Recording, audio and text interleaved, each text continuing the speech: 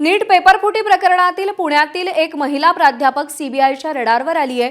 ही महिला प्राध्यापक एनटीए कडील समितीमध्ये केमिस्ट्री विषयाची तज्ज्ञ असल्याची माहिती आहे। केमिस्ट्री विषय तज्ज्ञ सीबीआयच्या रडारवर आलेली आहे। या महिलेने केमिस्ट्रीचे प्रश्न मनीषा मांढरे सोबत शेअर केले होते।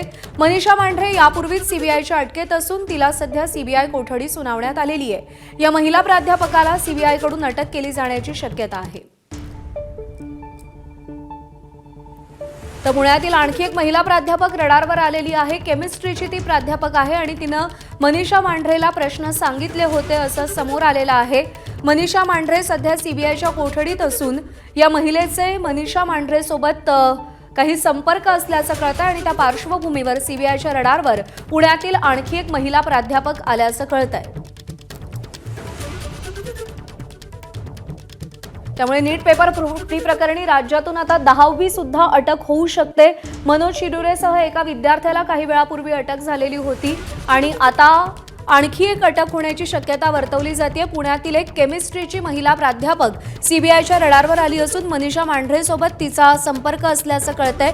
मनीषा मांढरेला तिने केमिस्ट्रीचे प्रश्न शेअर केल्याची माहिती समोर येते आणि त्यामुळे आता आणखी एक नाव या सगळ्या प्रकरणामध्ये राज्यातून जोडला जाण्याची शक्यता वर्तवली जाते। सीबीआयच्या रडारवर ही महिला प्राध्यापक असून तिचं या सगळ्या प्रकरणाशी नेमकं काय कनेक्शन आहे याच्या चर्चा सध्या सुरू आहेत।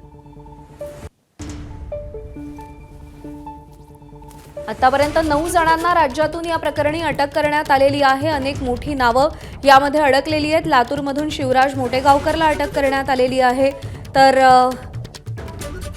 काही डॉक्टर सुद्धा सीबीआयच्या अटकेत आहेत। सोमेश कोलगे आपले प्रतिनिधी आपल्याला अधिक अपडेट देतील। सोमेश, महाराष्ट्रातून आणखी एक नाव सीबीआयच्या रडारवर आलेलं आहे। केमिस्ट्रीची प्राध्यापक महिला या सगळ्या प्रकरणामध्ये अडकण्याची शक्यता आहे। काय कनेक्शन आहे तिचं आणि तिचं नाव कसं आलं या प्रकरणात?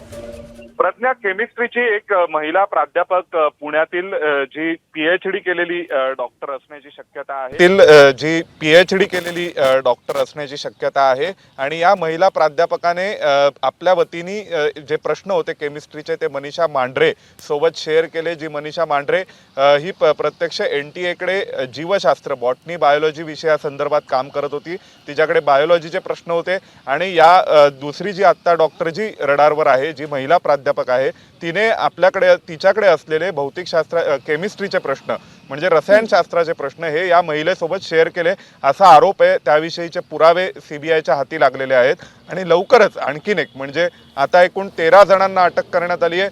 14वी अटक महाराष्ट्रातून या प्रकरणामध्ये होऊ शकते आणि ही महिला डॉक्टर असलेली प्राध्यापक म्हणजे ही जी महिला प्राध्यापक आहे, जी रसायनशास्त्राची विषय तज्ज्ञ म्हणून एनटीए कडे काम करत होती आणि एनटीए कडे विषय तज्ज्ञ म्हणून काम करत असताना एमपॅनल असताना एनटीएच्या प्रश्नांना जो ॲक्सेस या संबंधित महिलेला मिळाला, त्या ॲक्सेसचा गैरफायदा घेऊन तिने हे प्रश्न फोडले, ते मनीषा मांढरे सोबत शेअर केले। मनीषा मांढरेने ते काही विद्यार्थ्यांना विकले असे सगळे आरोप आहेत आणि हे रॅकेट आता अधिकाधिक व्यापक दिशेने चाललंय आणि त्यामध्ये आता सीबीआय कडून आणखीन काही अटक केल्या जाण्याची शक्यता आहे। जास्त करून महाराष्ट्रातील या संपूर्ण रॅकेटशी संबंधित आरोपी हे सीबीआयच्या रडारवर आहेत।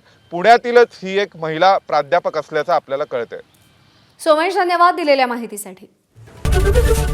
एबीपी माझा, उघडा डोळे बघा नीट।